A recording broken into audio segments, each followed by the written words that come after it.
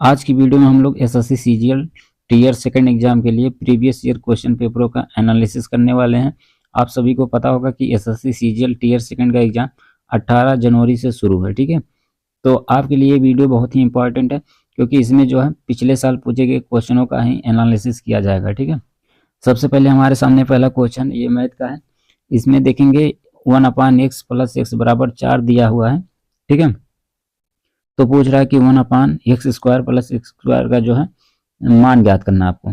तो इसके लिए फार्मूला होता है x² माइनस 2। ठीक है, ये होता है, ये इसका एक ट्रिक है। इसको ट्रिक भी कह सकते हैं, एक फार्मूला भी कह सकते हैं। अब यहाँ x आपका क्या होगा, ये 4 होगा। ठीक है, तो 4 का स्क्वायर कर देंगे और माइनस 2 कर देंगे, तो 4 का स्क्वायर हो जाएगा 16 और 16 में से 2 माइनस करेंगे तो हो जाएगा 14। ठीक है, इस हिसाब से ऑप्शन आपका तीसरा यहाँ पे दिया है सही। उसके बाद फिर हमारे सामने अगला क्वेश्चन दिया है, इसको सॉल्व करना है। ठीक है, तो आप देखेंगे पहले दिया 30 माइनस उसके बाद 40 जो है क्वेश्चन में दिया हुआ है। ठीक है, सबसे बड़े क्वेश्चन में। उसके बाद ये जो है माइनस के बाद 56 जो है मझले क्वेश्चन में है, फिर माइनस के बाद छोटे क्वेश्चन में ये सारे हैं। ठीक है, तो सबसे पहले हमको जो है ये छोटे क्वेश्चन वाला सॉल्व करना है। ये 25 माइनस 13 माइनस 12 पहले इसको सॉल्व करेंगे, फिर ये जो है मझले क्वेश्चन को यानी 56 को, फिर उसके बाद ये बड़े वाले क्वेश्चन को सॉल्व करेंगे। ठीक है, तो सबसे पहले हम लोग इसको सॉल्व करेंगे छोटे कोष्टक वाले में। तो इसमें देखेंगे दिया 25 माइनस 13 माइनस 12। ठीक है, तो यहाँ पे देखिए माइनस 12 है और माइनस 13 है। ठीक है, ये दोनों जुड़ेंगे आपस में तो हो जाएगा माइनस 25। ठीक है, यानी कि यहाँ पे 25 आपका प्लस में है और यहाँ आपका जो है माइनस 25 हो जाएगा। तो इस हिसाब से जो है ये दोनों आपके ऑप्शन पूरे कट जाएंगे। कैसे कट जाएंगे, जैसे यहाँ आपके सामने 25 दिया, ये प्लस में है। ठीक है, इसको हम ऐसे लिख लेंगे 25 और ये माइनस 13 है माइनस 12 है, दोनों को जोड़ेंगे तो हो जाएगा माइनस 25। ठीक है, तो ये माइनस 25 है और ये प्लस 25 है, तो दोनों को आपस में घटाएंगे तो क्या हो जाएगा 0। ठीक है, तो मान लेते हैं ये हमारा 0 हो गया पूरा। ठीक है, ये 0 हो गया। अब बचा हमारे पास क्या, 30 बचा माइनस बचा, उसके बाद 40, उसके बाद ये मझला क्वेश्चन में 56 है। ठीक है, तो इसको हम लिख लेंगे 56। ठीक है, इस हिसाब से। उसके बाद आप यहाँ पे देखेंगे 30 है माइनस 40 माइनस 56। ठीक है, इसको कैसे सॉल्व किया जाएगा, यहाँ पे 30 है, 30 लिख लिया हमने। ठीक है, अब यहाँ पे आपके सामने ये माइनस है। ठीक है, और ये अगर हम कोष्टक वाला सॉल्व करेंगे तो माइनस 56 में से 40 माइनस हो जाएगा तो आपका बचेगा कितना, यहाँ बचेगा माइनस 16। ठीक है, ये भी कोष्टक के अंदर रहेगा। ठीक है, तो ये माइनस 16 कोष्टक के अंदर रहेगा और एक माइनस यहाँ, तो दोनों जब ये कोष्टक हटेगा तो माइनस माइनस का आपस में गुणा हो जाएगा तो प्लस हो जाएंगे। ठीक है, इसलिए यहाँ पे आपको हो जाएगा 30 प्लस। ठीक है, और ये 16 है तो 16 लिख देंगे, तो हमारा जो है 46 प्राप्त हो जा रहा। ऑप्शन चौथा सही है। ठीक है, उसके बाद फिर हमारे सामने अगला क्वेश्चन यहाँ पे आप देखेंगे दिया है सभी क्यू।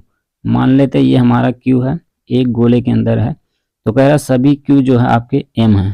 ठीक है, मान लिया हमने एम। उसके बाद दूसरा कह रहा है कि सभी ओ जो है एम है, यानी ओ भी एम के अंदर ही हो जाएगा। ठीक है, यानी ये आपका क्यू है और ये आपका ओ है, ये दोनों एम के अंदर है। ठीक है, अब निष्कर्ष में क्या कह रहा है, पहला निष्कर्ष कह रहा है कि कुछ ओ जो है क्यू नहीं है। ठीक है, तो ये गलत हो जाएगा। क्यों गलत हो जाएगा, क्योंकि जो है कुछ ओ क्यू जरूर होंगे, क्योंकि जो है ये दोनों एम के अंदर हैं। ठीक है, ये दोनों हो सकता है एक दूसरे से सटे भी हो सकते हैं और यहाँ एक दूसरे से थोड़ा दूर भी हो सकते हैं। ठीक है, इसलिए इसको जो है ये जो पूछा है कुछ ओ क्यों नहीं है, ये गलत है। ठीक है, उसके बाद दूसरा निष्कर्ष कह रहा है कि सभी यम क्यों हैं। ठीक है, यानी यम आपका ये जो है सभी यम क्यों हैं। ठीक है, तो ये भी गलत है क्योंकि जो है क्यू एम के अंदर है ना कि एम क्यू के अंदर है। ठीक है, तो सभी एम जो है क्यू नहीं हो सकते। ठीक है, कुछ हो सकते हैं, सभी नहीं हो सकते हैं। तो इसलिए आपका जो है यहाँ पे चौथा दिया है कोई भी निष्कर्ष अनुसरण नहीं करता, ये सही है। उसके बाद फिर हमारे सामने अगला क्वेश्चन दिया है, यहाँ पे देखिए दिया है आपके सामने ये वर्ड, जैसे कि दिया है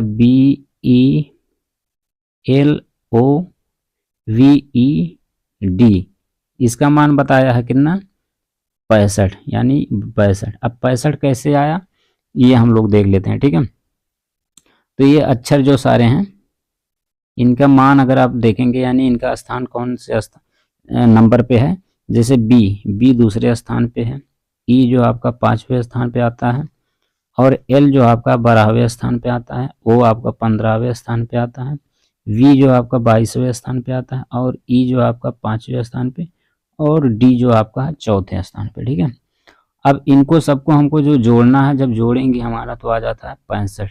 ठीक है, 65 आ जाता है। उसी हिसाब से ये फ्लावर को जो है जोड़ता है तो 79 आ जाता है। ठीक है, उसी हिसाब से कह रहा है कि आपके सामने ये दिया गया है, इसके लिए कोड क्या होगा। ठीक है, तो इसको भी हम लोग लिख देते हैं Q U I V E R। ठीक है, अब इसको हम लोग नंबरिंग कर लेंगे कि ये कौन से नंबर पे आता है। तो Q जो है 17वें स्थान पे आता है, U आपका जो है 21वें स्थान पे आता है, और ये जो है 9वें स्थान पे आता है I आपका। ठीक है, 9वें स्थान पे I आ जाता है, और जो है इसको फिर से लिख देते हैं, 9वें स्थान पे आपका I आ जाता है, और V जो आपका 22वें स्थान पे आता है, E जो आपका 5वें स्थान पे आता है, और R 18वें स्थान पे आता है। ठीक है, अब हम लोग 17, 21, 9, 22, 5, 18 इन सबको हम लोग जोड़ेंगे तो आ जाता अपना 92